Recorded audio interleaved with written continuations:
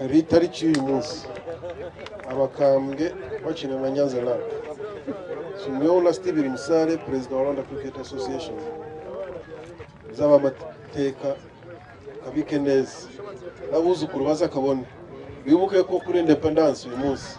wakinnye game yawe imbere international uyu munsi amashimwe cyane.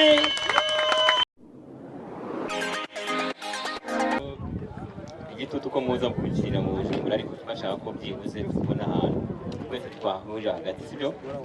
ariko turabashimira muri urwo rwego on behalf of the bakambwe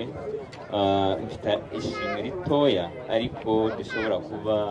twangamo fanta nk'ikipe ya Nyanza na nari mfite ahangaho udufaranga duke cyane 50,000 muze gushobora kuba amashimwe icyo gituma tuvuze duti umusubire mu gihe hari asobanura ugashira bemo twibuka ati abandi bene wacu bahakurya kanyera arisibo ikintu nababwira gusa ni cricket umukino mwiza kandi buri munsi uko tuwukina